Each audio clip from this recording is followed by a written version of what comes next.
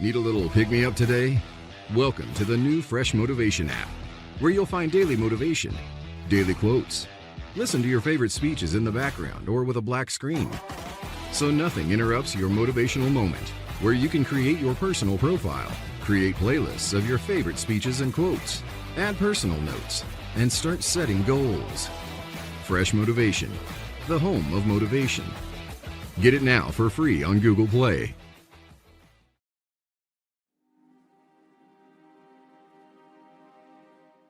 The battle is actually in your head.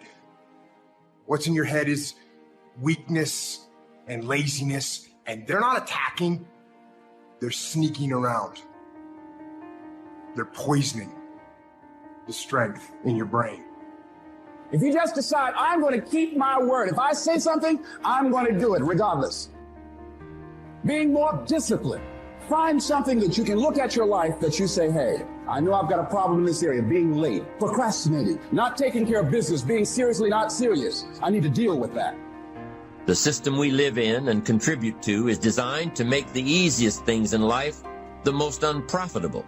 Our world is and always will be a constant battle between the life of ease and its momentary rewards and a life of discipline. Each has its own price. We will pay one or the other. At the end of your feelings is nothing, but at the end of every principle is a promise. Behind your little feelings, it might not be absolutely nothing at the end of your little feelings, but behind every principle is a promise. And some of you in your life, the reason why you're not at your goal right now, because you just all about your feelings. You all on your feelings. You don't feel like waking up. So who does? Every day you say no to your dreams, you might be pushing your dreams back a whole 6 months, a whole year. That one single day, that one day you didn't get up could have pushed your stuff back I don't know how long. Do not be conformed to this world, but be transformed by the renewing of your minds. Do you have a mind to change? Do you have the mindset to be blessed? You have to decide to be blessed. The next time that you're feeling weak or you're feeling lazy or you're feeling emotional, tell them you are declaring martial law on your mind and impose what you want on your brain and use that mind control to move your life where you want it to be. People around you change, and you can't, sometimes it's for the better, but sometimes it's not. And it's not bad, it's just that season was over in my life. And so here's the thing, if we try to keep hanging on to something when God is finished with it, there's no point in continuing to try to hang on to something that God's done with, because all it's going to do is keep you from the next great thing that God has for you. I feel real strongly tonight to tell you guys, spring is right around the corner. Don't give up and don't be afraid of change, and don't keep trying to hang on to something that's just not working anymore. Trust God for something better. What really stops us from taking the lead and coming to the forefront a lot of times is not the lack of talent, it's not the lack of education. I've been amazed at the people I have met who were highly educated and failing, highly educated and homeless. So education alone is not the solution. I've worked in penal institutions and seen people who were very gifted and incarcerated.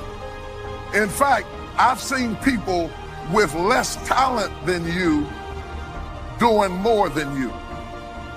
And this is what causes jealousy and envy. When you look and you meet other people who have less to work with than you, and yet they're in higher positions than you, you can either become jealous or you can begin to challenge yourself to say, what is wrong with my belief systems that's stopping me from going to the next level in this area? This is not about money necessarily. This is not about prestige necessarily. This is about progress. Because it's a shame to live long and have no progress.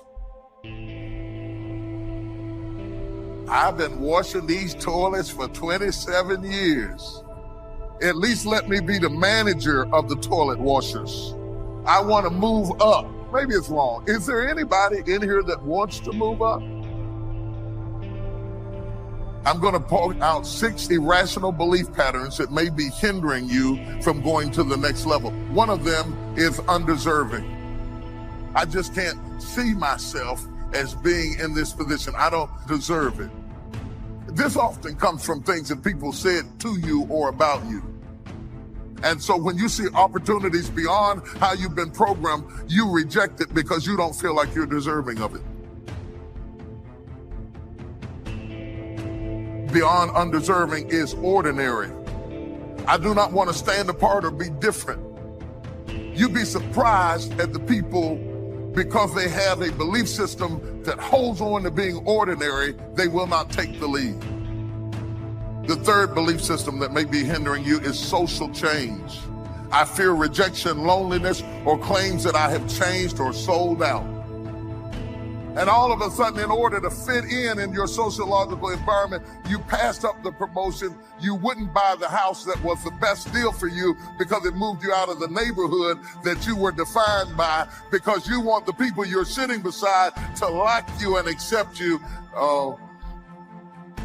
And you don't want to be a sellout.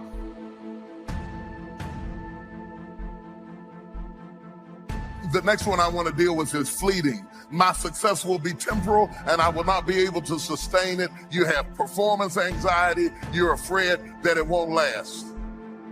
You don't want to go out on the date because if you go out on the date, you start a relationship, it's not going to last. It didn't last before. It didn't last with Fred. It didn't last with Jim. It's not going to last. I'm not going to go back to school because I may not complete it. It will not last. And you have a fear that the blessing is fleeting because you have already programmed yourself that nothing else exciting is ever going to happen to you again.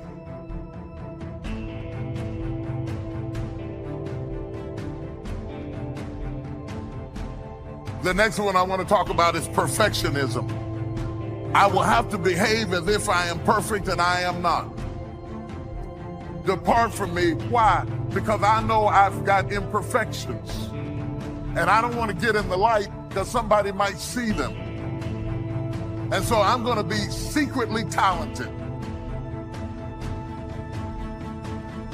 I reject the opportunity to be blessed because I know something about myself that I don't want anybody else to know, and I'm more concerned about the security of my reputation than I am my progress. I'm not going to get involved with him because if I get involved with him and he gets too close to me, he will see that I'm not perfect.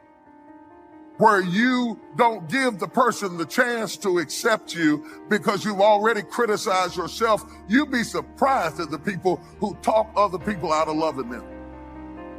You know exactly what to do to move up into the next position, but you don't want the light on you because you have issues. Newsflash, everybody has issues. Everybody has junk in the trunk. And if you're waiting to clean out all the junk, you may be stuck 20 years cleaning out the trunk. I'm going to go on to this next one, besiegement. Don't give me the position because if I become manager of the department, my friends won't invite me out anymore. And you start trying to prove to them that you are still who you were because people will put pressure on you to stay low. And it is true, as you go up, there are a great deal of people who associate with you because of where you are and not who you are. Because when you first start going up amongst people who haven't gone up and they start trying to pull you down because they say, you know, you're the first one in our family to get a degree. You ought to take care of this and you ought to take care of that. Some of you know what I'm talking about. And some people, for fear of having that pressure on them, forfeit the success and stay down rather than to go forward. The inability to manage these fears creates self-sabotaging, self-handicapping situations where you're incapable of moving forward, and it makes you a chronic underachiever. The maybe they'll like me better syndrome keeps you locked into a system that you can't get out of. It's true. When you're absolutely certain that if I do this, it's going to get that result, and that result's going to change my life, you'll do it. When you think it absolutely is not going to work, you're never going to do it. The middle no man's land of maybe it'll work, maybe it won't, that's the piece that kills people. If it's a must for you, you got to make it work. Open people like to live on the periphery of boundaries, and they like to break boundaries between things because interesting things happen when you think a different way, when you think outside of the box, so to speak. That's what open people do. They always think outside of the box, no matter what box you put them in. You know, and sometimes you meet people that are so open that they're completely disorganized. Their thought process is almost completely associational, like a dreamer. They just jump from one thing to another, and they're very interesting to talk to. It's very hard for those people to get their lives together because they're interested in absolutely everything and their attention just flits all over the place. I'm asking you to have some faith, have some courage, believe, drive your doubts into a small corner. Don't let them loose like a mad dog, drive you into a small corner. Don't doubt the future, don't doubt the possibilities, and here's the most important one of all, don't doubt yourself. If I've got miracle working power to change my life, so do you. If I can grow, you can grow. I'm asking you, don't sell yourself short. We got to go backwards to get better. We got to go all the way back to get better. I have to be comfortable in my life to accept that sometimes loss is the way to gain. To know that sometimes the most painful moments are the most purposeful moments. I have to be comfortable in my life to stop comparing myself so much with people who are not meant to be the standard anyway. Now, I don't know what you're facing today, but I notice everybody in this room is facing something. If it ain't nothing but life. If you don't have nothing to fight but life, if everybody likes you and you're just as beautiful as you can be and as healthy as an Olympian, if you deal with nothing but life, life will try you to the breaking point. You have to decide that you're going to be in control and that you are going to do what you want to do. You are the machine and you can control the machine. Weakness doesn't get a vote. Sadness, no vote. Frustration, no vote. I don't even give my temper a vote. If we have any lack, it is not because we lack money or opportunity or resources. It is because we lack ideas that have taken form from information. If you search, you will find. So that is the way to discover ideas and life-changing information. Search. In order to find, you must search. You must go and engage in conversations with people of substance. You must go looking, go searching. Rarely does a good idea interrupt you. And as you make a diligent search, you will find just the ideas you need. But I wonder, have you taken the time to think about, why am I doing this in the first place? Am I trying to prove something to someone who disrespected me 10 years ago, who isn't even paying attention to my life anymore? Why am I posting this? To impress people who follow me on social media that don't even really know me? What is my reason for doing what I'm doing?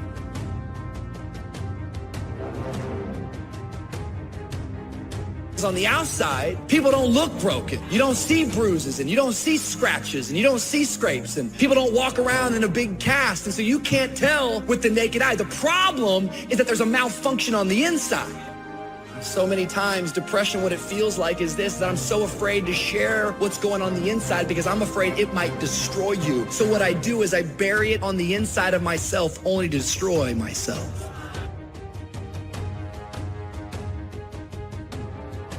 Motivation gets you going. Discipline, commitment, strong habits is what gets things done. Commit once. You don't need to commit more than once. You commit once to the thing that you're going to do, and then you do it every single day. That everyday method is one of the most powerful methods for reconstructing your entire life. You just go, and procrastination dies. So don't wonder how you overcome procrastination. It's easy.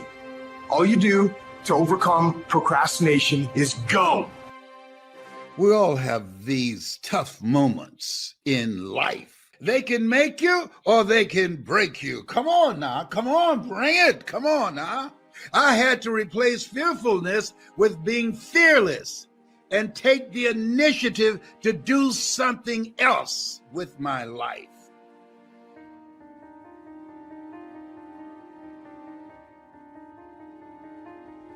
You are putting things off because in the short term, it's easier, it's more comfortable, it's more pleasurable to be distracted or to indulge yourself doing something else than it is to sit down and do the actual work to create the outputs that matter when they are needed. And when you need motivation yourself, don't look for someone to scream and yell. Don't look for someone else to give you motivation. Look at yourself and remind yourself why you are doing what you are doing.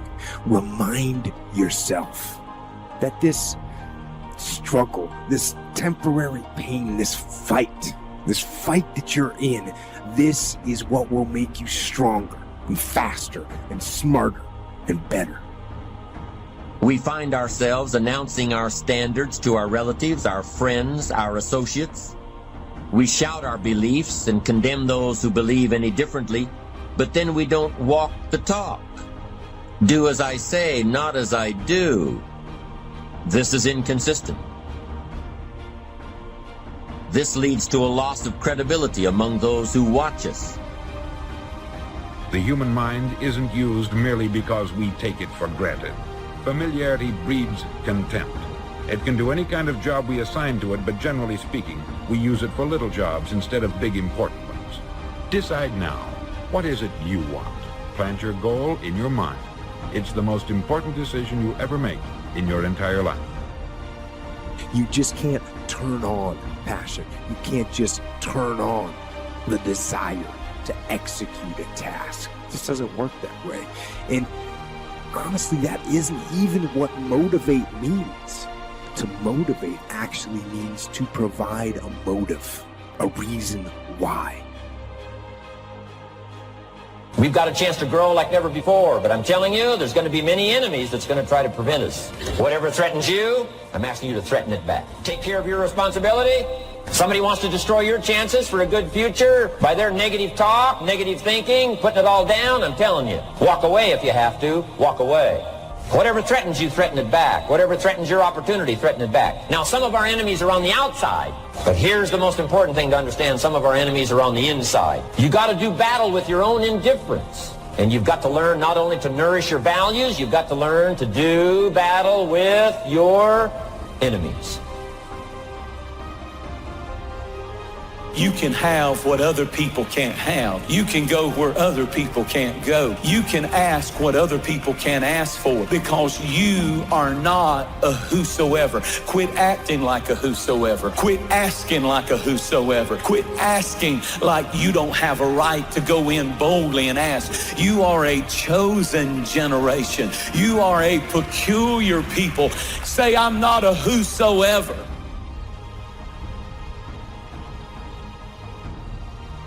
You have to learn how to shut your mind against strifeful thoughts. And as soon as they come, you need to say, this is going nowhere. I've been there, done that, and I'm going to change my mind, get in agreement with God, and let God take care of the situation. Our problems do not overshadow our purpose. Our weaknesses do not discount our work, and our deficiencies definitely do not delay our destiny. We have to learn how to work our weakness. You got to work your weakness because all of us to some degree have a thorn in our flesh. We all have gaps, we all have deficiency, we've all made mistakes, we've all got these things that feel like a thorn in our flesh. You know what? Some of us are so used to bad that we reject better when it comes. Sometimes God proves his love to us by what he's not letting us have. Doesn't mean that it's never going to happen. We just have to spend more time in the weight room, growing, developing, learning to forgive, learning to keep a good attitude when things aren't going our way. The sooner we pass these tests, the sooner God will release what belongs to us. No matter what comes against us, we will make it through. It doesn't mean it's going to be easy. That doesn't mean there's going to be no pain involved. But truly, we can do all things. Yes, you can make it through whatever you're going through right now. You can get so strong in spirit that you can be going through really, really difficult things. And while you are, you're still reaching out and helping other people, and they don't even know what you're going through. I'm not in this by myself. I'm not in this thing by myself. You are not alone in the battle. You're not alone in the struggle, that God has a strategy. And when it's all over, you're going to see that even though you couldn't see him, he was there all the time. People can change their standard by getting around where it's better. People can change their standard by getting associated with what's true, like the bills they got to solve, the problems they got to do it. Or they can do it because they're excited, because there's something new they want to take on. Everyone's different, but they got to find the why, and they got to come up with some daily rituals to get them going, and just do a step at a time. That's where you get momentum. I want to talk about two different dimensions of fear that I want you to understand before you take the lead. I want to talk about the fear of failure. Because many people don't go as far as they should go because they have apprehension that they won't reach their goal. They just say, I'm going to stay down here where I'm at and not try because I might lose. I'm not going to own anything because I might lose it. I'm not going to buy a house because I might lose it. I'm not going to get married because I might get a divorce. That's madness, but that's how it is. Failure is a part of the process to becoming successful. Michael Jordan, the greatest basketball player in the world, he took 946 game-winning shots. He has only made 146 of those. You know what they write about? When he make it. So when you fail, it's a part of the process. Keep going. You're supposed to fail. Shit, who you know that gets it right all the time? That's impossible. Have you given yourself permission to succeed? Or are you so intimidated by the fear of failure that you don't try? On the other side of it is the fear of success. I want it, but I don't want all the stuff that comes with it. I don't want to deal with all the problems that come with it. I don't want to deal with the pressures that come with it. I can't handle it. I'm going to stay on this lower level. And when you do that, you are left with nothing but the hope of magic. I'm just going to stay down here where it's comfortable, but I'm believing that I'm going to get a blessing up here while I'm staying down here. You can't do it. And if you will allow anyone, any voice on the inside to talk you out of this moment, you will forfeit it and be stuck washing your nets when there's a great drought of fish waiting you if you have the courage to believe. So deciding as you look at your life, as you look into the future and say, what fears am I holding on to that's keeping me from breaking out, that's keeping me from living up to my true potential, that's keeping me from having a sense of adventure and excitement in my life? What fears that I'm giving that permission to? Because whatever discomfort you experience, whatever challenges or difficulty that it is, you got to handle it. Will it be challenging? Yes. What do you want me to tell you? That it's going to be a picnic? No, it's not. But that's just what you must go through in order to get where you want to go. And guess what? You are strong enough to do it. This dream you got, whatever you want to do, will it happen overnight? No. Will it be a struggle? Yes. Will there be times you won't know what to do? Yes, that's a part of it. But somebody must have told people, oh, life is going to be real easy. If they told you that, I've got a special announcement. They lied. See, when you accept yourself and you accept fear as a fact, but it is not a force to hold you back. So you accept the fact that you are afraid, and then you move on anyhow. Taking responsibility for whatever happens to you. Knowing that you have consciously made the decisions that are now affecting you. Knowing that what is happening now, today, is the direct result of your activity, what you did yesterday. Self-reliance is basically counting on yourself. Now, being self-reliant doesn't mean you can't work with others or trust others. Self-reliance means counting on yourself, trusting yourself, being confident with yourself, being responsible to yourself, trusting your own instincts, trusting the conclusions that you have developed from your study of experiences and philosophies, taking the credit that is due you, learning from the mistakes that you have made, being self-reliant. Gestalt psychologists give an example of being self-reliant. They say that you're responsible for getting caught in the rain. They say that by deciding not to carry an umbrella every day, you have made the decision to endure an occasional drenching. Translation? By not being prepared, you make the choice of getting caught in some of life's unpleasant circumstances. Be they rain, failures, economic losses, relationship losses, professional losses, personal losses. By not being prepared, thinking ahead, it's your choice. Now here's the other side of it. By being prepared, you increase your chances of success. You increase the likelihood. By being prepared, you increase your chances of success, of seizing opportunities when they come your way, of being ready within yourself to take advantage of once-in-a-lifetime situations. Some people tend to blame others for their mistakes, blame others for their failures. Somebody says, it's not my fault the report isn't done. So-and-so didn't do their part. Of course it's your fault. It's your report too. It's your responsibility to see that everyone you delegated work to does their part. Now, you can't control what others around you do, but it's in your own best self-interest, your enlightened self-interest, that you stay on top of things, especially if it's going to affect your future. You think your boss cares that John didn't do his part? You think he sees John as the bad guy? Of course not.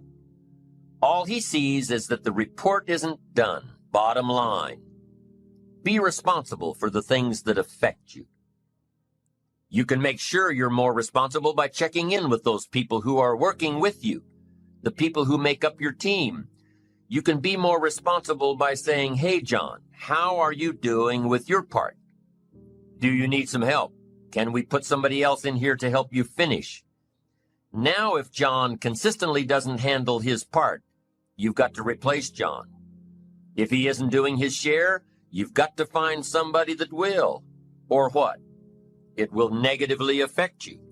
You can't wake up in the morning that the project is due hoping and wishing that John has done his part. No, you've got to be responsible because it's going to affect your career too. Now, my approach to my better future very early on in my career was to just go through the day with my fingers crossed. And I used to say something like, I sure hope things will change for the better. Then here's what I found out. They're not going to change. Somebody says, well then, how will my life ever change? Answer, when you change. When you change, when you get better, it'll get better. If you change, it'll all change. Don't put it on someone else. Hope that someone else will change it for you. Take responsibility for yourself. Take personal responsibility. You can't change the circumstances or the seasons or the wind, but you can.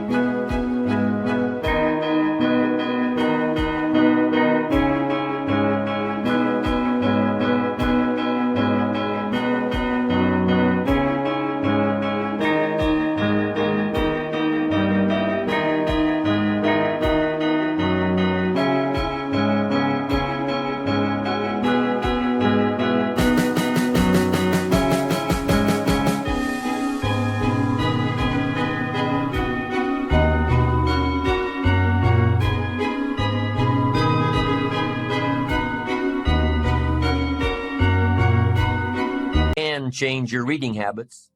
You can change whether or not you go for the skills, burn the midnight oil, turn yourself around, multiply your value by 2, 3, 5, 10.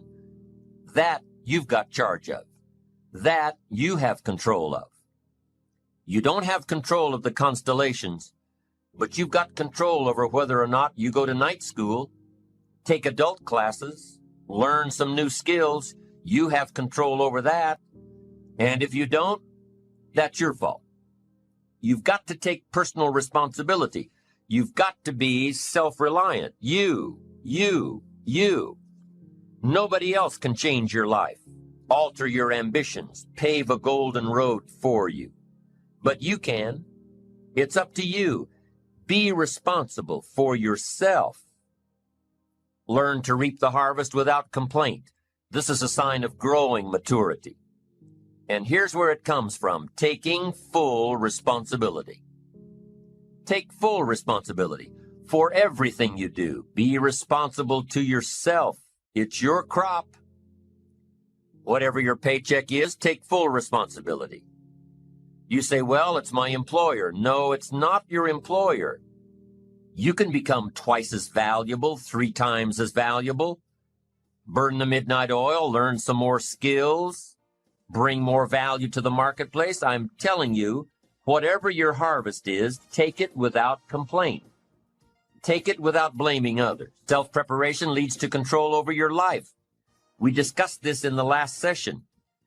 Whenever you prepare correctly, taking all of the steps you're supposed to take, doing everything in your power to stay on track, whenever your preparations lead to success, achieving your goals, you reinforce the disciplines that got you there. Success leads to reinforcement of the proper disciplines. If what you're doing is working, keep doing it. If what you're doing isn't working, change it.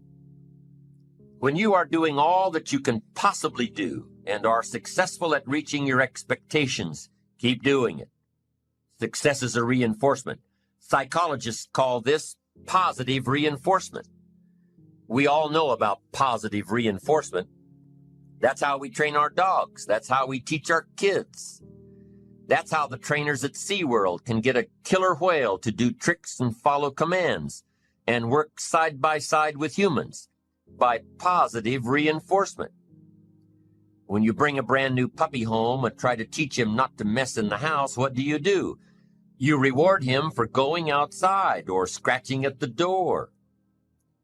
When you're trying to get your toddler out of the diaper stage, what do? You reward her with special presents, make her feel special for learning something new.